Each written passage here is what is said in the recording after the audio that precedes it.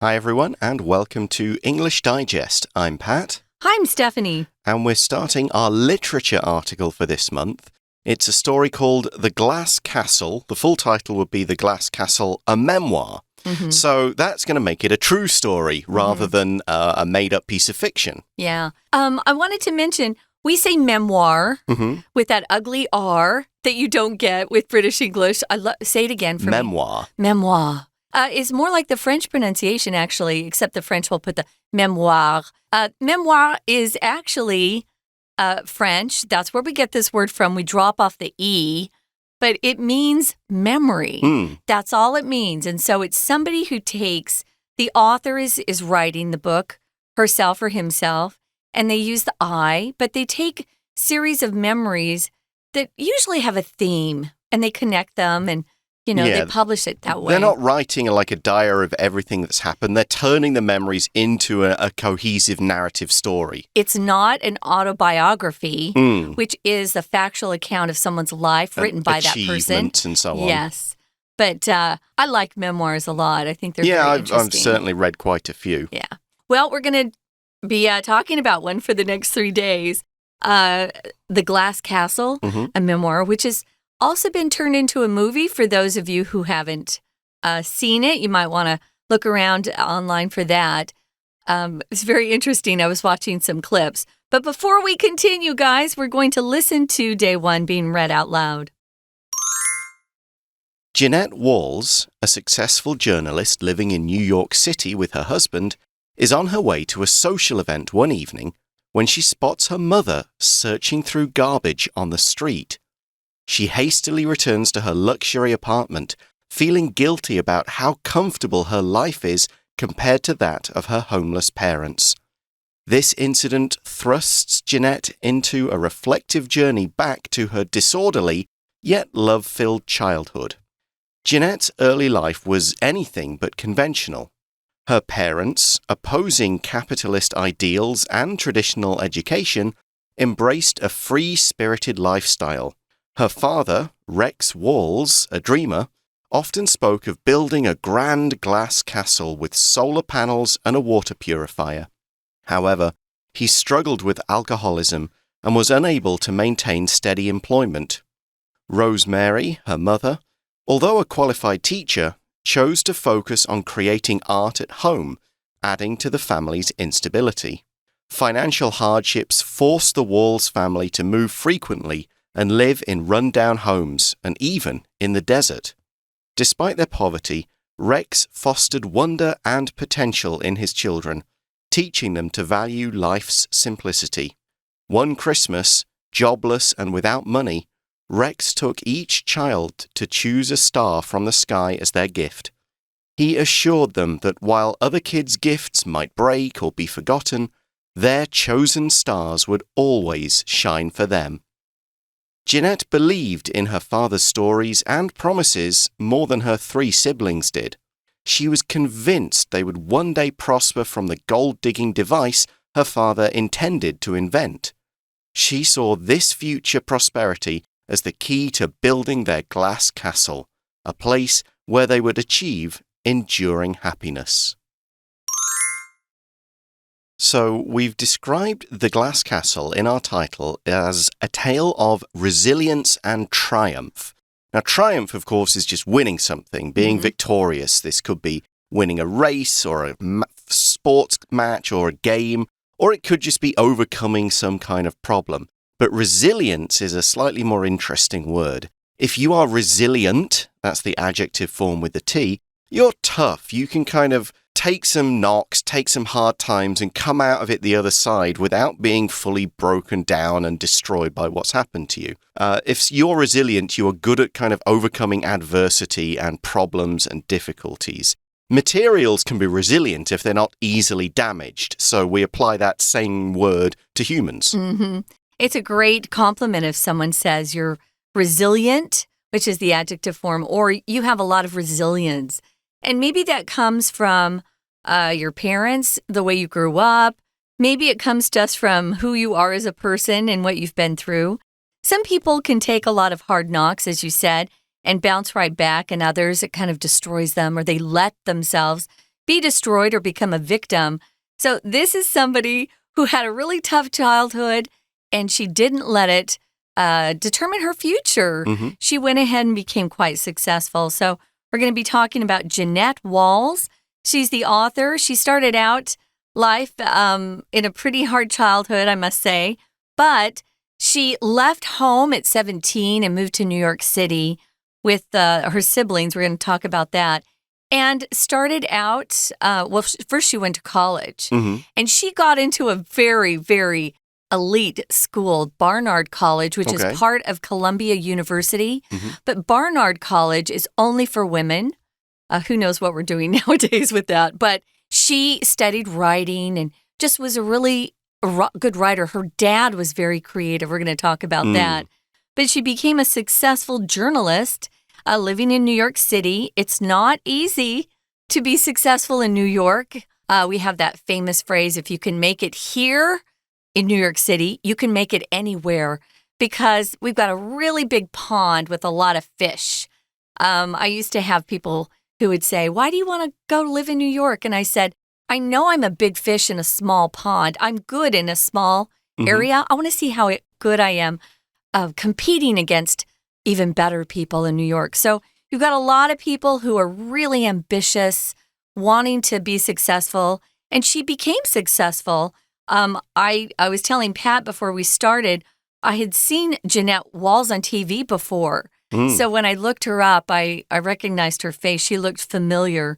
So what does a journalist do? Well, usually they go and explore stories and look into things that they're hearing about in life, and they write about it. They tell us the news. Although nowadays, it seems like they just sit at their desks and surf for other news bits and then publish that. We don't have a lot of good investigative journalists anymore. She actually became a journalist, but went into the gossip column category. So she was a gossip column journalist for some very major publications, one of them being the New Yorker magazine, which is quite pretty famous. Pretty famous, yeah. And she also then got some gigs on TV, giving the latest gossip on some of the famous morning shows in particular. So she, at the start of this story, which is starting as she's a successful adult, she's on her way to a social event with her husband when she spots her mother searching through garbage on the street, which of course would be a huge shock, to anybody. Yeah. Maybe less so for her. Not because for her. This is something they've experienced before, but it kind of really threw her. We see she hastily returns to her luxury apartment, so she lives in a really nice, fancy place, feeling guilty about how comfortable her life is compared to that of her homeless parents. So maybe this is something she doesn't think about or she doesn't like to think about, and then suddenly seeing it all comes rushing back. Yeah, it really confronts her head on. When I first saw this and I didn't know about the book at all, and I was reading this, I thought, wow, how could you just run away from your mother who's, searching through a trash can for something to eat?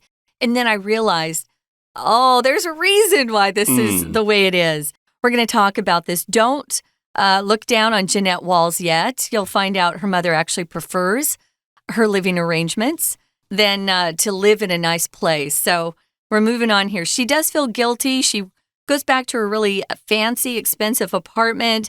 She feels guilty about how comfortable her life is compared to that of her homeless parents. But again, I discovered later on that that's exactly what her mother wanted.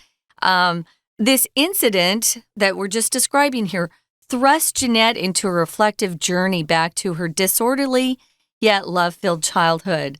If you're thrust somewhere, it just means someone's pushing someone or something into a certain direction with a lot of force. So it kind of pushes her into going back and thinking, my childhood.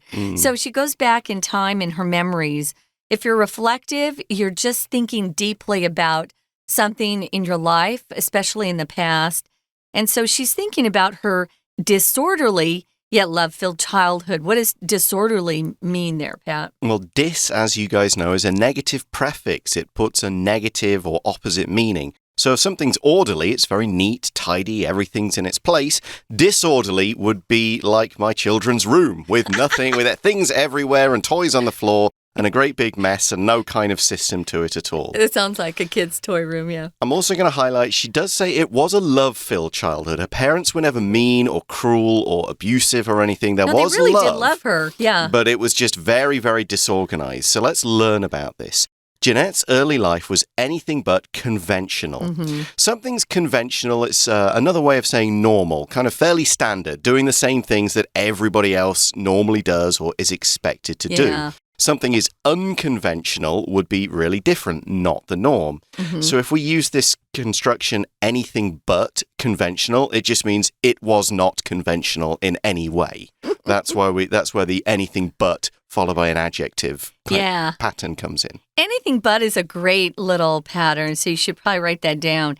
Anything but. So anything but, whatever follows that, it's the opposite. So yeah, it was very unconventional, disorderly, chaotic, I would say, unstable for children in many ways. So her parents, opposing capitalist ideals, we're going to talk about that, and traditional education. Instead, what did they do? They embraced a free-spirited lifestyle. But if you're really free-spirited, you're not always going to have stability or a place to call home. So there are negative points to that. Capitalists, of course, are people who believe in freedom to invest and make money. So they want to make a lot of profit. Our country was based on capitalist ideals. And I think they're great, but I also think we also have a responsibility morally to take care of people who can't take care of themselves. Sometimes we overdo it and we hurt people by giving them money from the government, and then they don't feel like they have to take care of themselves, which actually hurts people in the long run. But her parents, that's not who they were. They just didn't want to be in the system. They would call it, bucking the system, going against the system.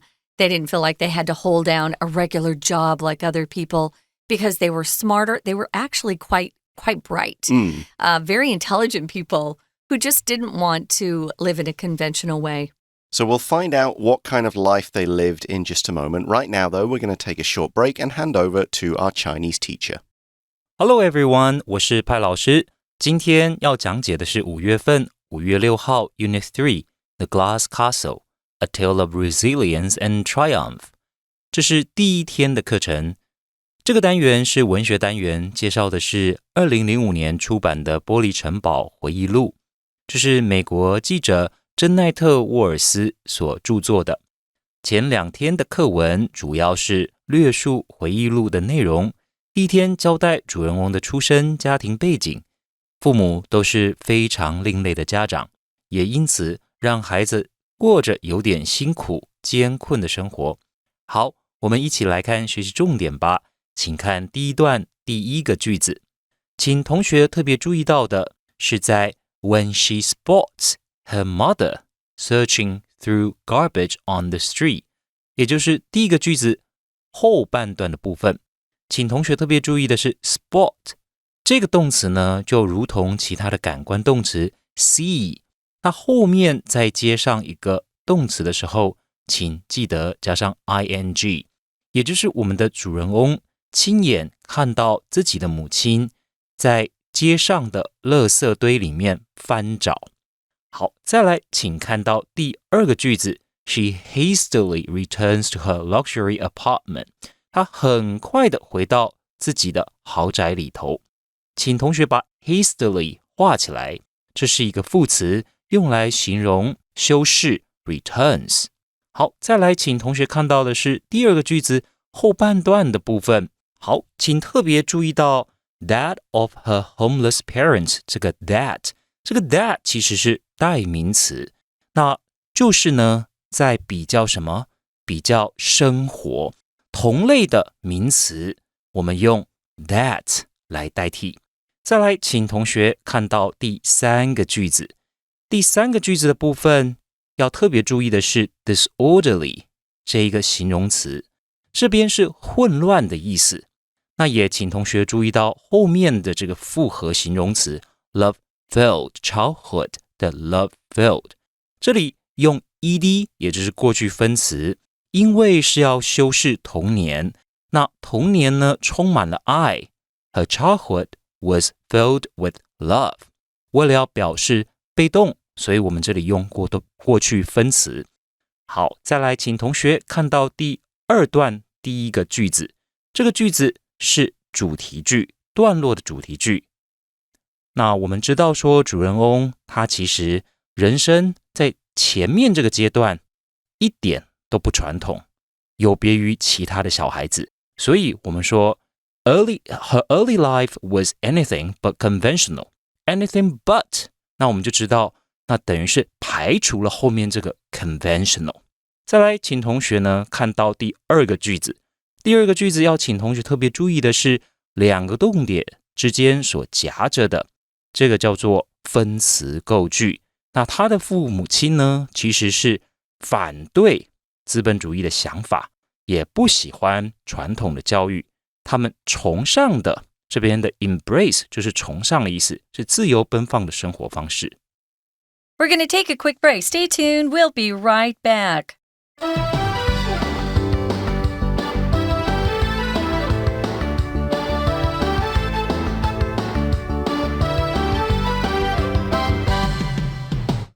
Welcome back, everyone. So we've heard that Jeanette Walls lived an unconventional childhood with her parents going off on their own path and embracing free-spirited ideas.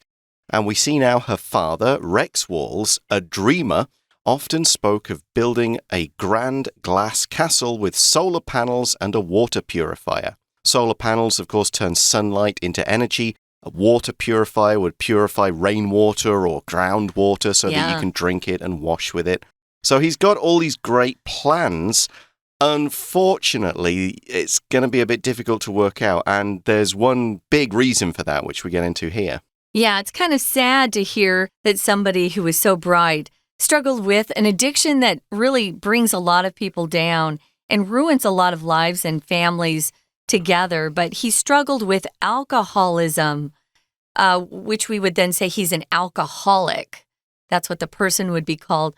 But alcoholism is when somebody is struggling with an addiction to any sort of alcohol, liquor, especially hard liquor. We're not talking about, just a little bit, a glass of wine a day, or a can of beer a night. No, this is a lot of alcohol to where you can no longer function. And then you can no longer function without it. Right.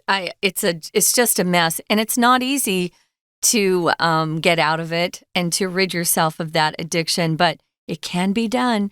So he struggled with it and was unable to maintain steady employment.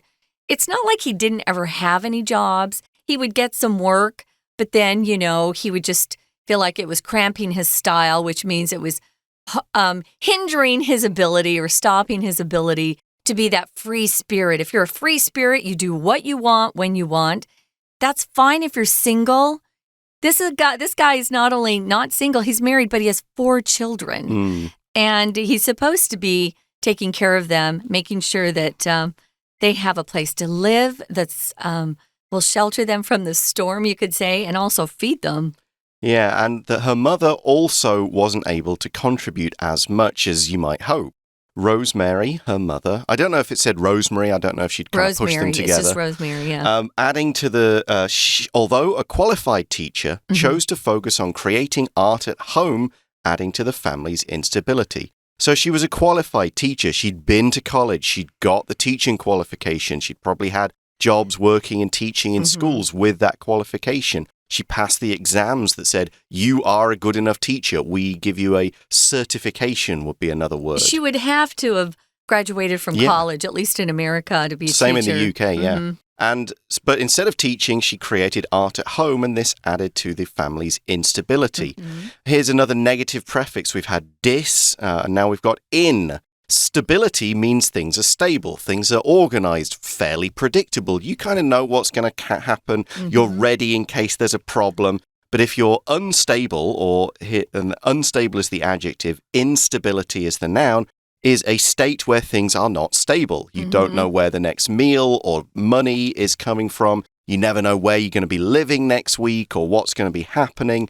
Things are just keep changing and nothing is constant or permanent or reliable. Now, here's something that's kind of weird with our language.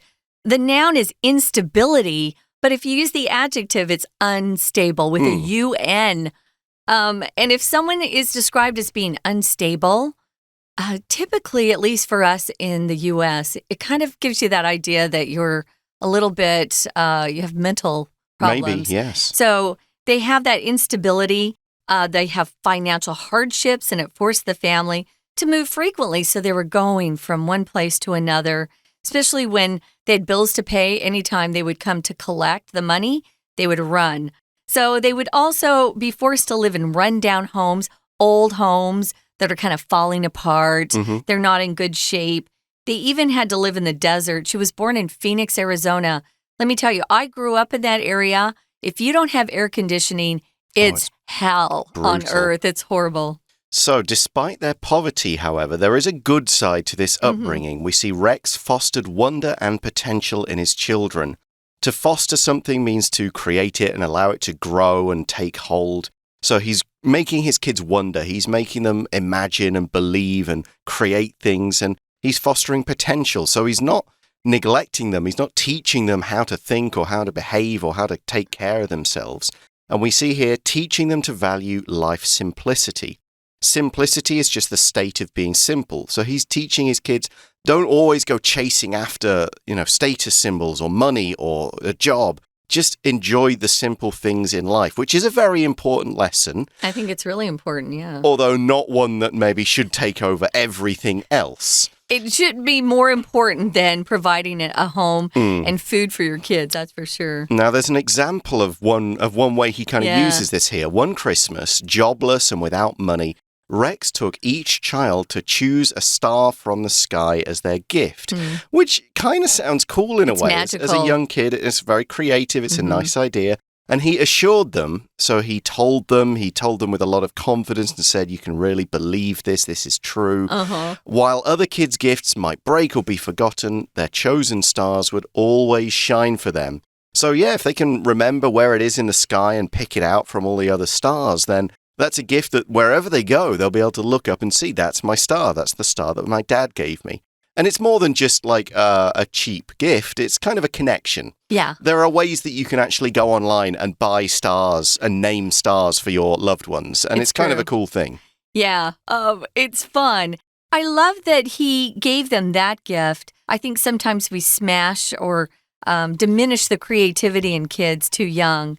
We get them too concerned about, their tests the next day.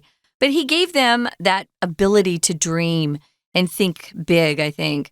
So he did assure them. If you assure someone, you just let them know that something's true or definitely going to happen, kind of gives them some confidence in life, I think, if you can assure them. So he assured them that the other kids' gifts, hey, they're going to be broken before long, but yours will always be here, and it will always shine for you. Now, Jeanette, the author, believed in her father's stories and promises more than her 3 siblings did. So she kind of, she would still believe in her dad no matter what was going on around her. Your siblings, of course, are your brothers and sisters. I come from a huge family. I have 7 siblings. Wow. Sibling doesn't mean girl or boy either. It can be both. So, yeah, I'm from a very big family. You have 2 brothers. 2 brothers. Oh, just boys in your family. That's fun. So, yeah, I think that in some ways was really helpful for her. And when you read the book, she never writes about her troubled childhood with anger or bitterness. It's just very matter of fact, and this is what happened. So I think they really truly did love their parents, and the parents loved them, although it's hard to tell sometimes. She was convinced that they would one day prosper because her father kept telling them they would have this gold-digging device that they would use. Once he invented it, he hadn't invented it yet, and that would make them rich. If you prosper, chiefly it means you're going to be financially successful, but not always. you can just be successful in life. It doesn't have to just relate to money. So she, Jeanette, saw this future when they've got the gold digging device and it's making money, this future prosperity as the key to building their glass castle. So the glass castle it's not now just their future home. It's more of a dream. It's this place which, if they can reach it, it's going to let them achieve enduring happiness. Once they make it there, everything will be fine. They've got their money, they've got their house, this beautiful glass castle of solar panels, and they're going to be happy there. That's what they've got to achieve.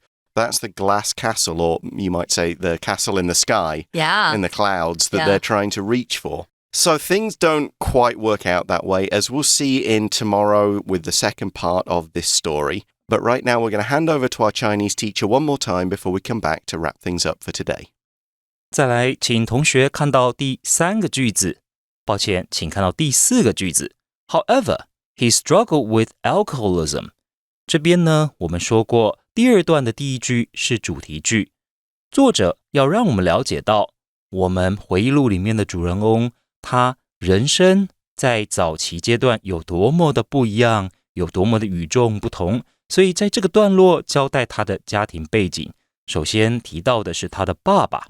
爸爸怎么样呢？ He struggled with alcoholism, 所以有酗酒的问题。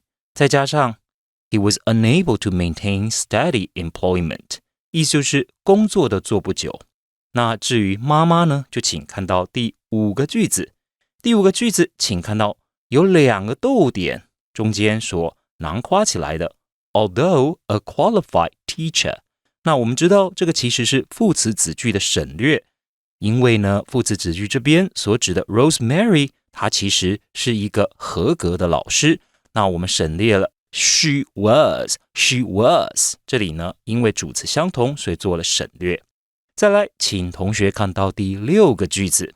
第6个句子这边讲到的是我们的主人翁，他小时候家境非常的艰困。所以 financial hardships 指的就是经济困顿，经济困顿让整个家庭必须要常常的搬迁，让孩子呢住在 rundown homes， 所以整个房子其实是相当破旧的。好，再来我们看到第3段的第1个句子 Despite their poverty, Rex fostered wonder and potential in his children。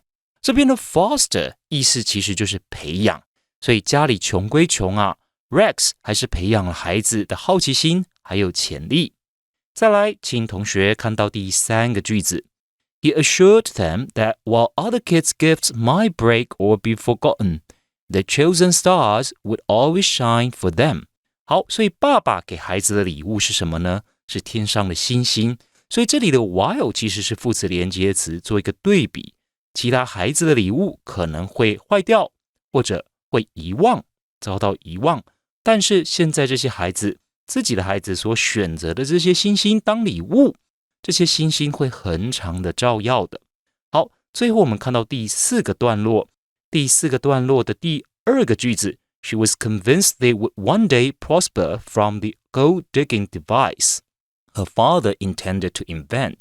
这个 prosper from 就是因什么而致富，所以原来啊，爸爸呢是试着要发明一个所谓的挖金子的设备。那他相信爸爸如果成功发明了之后呢，是可以因此致富的。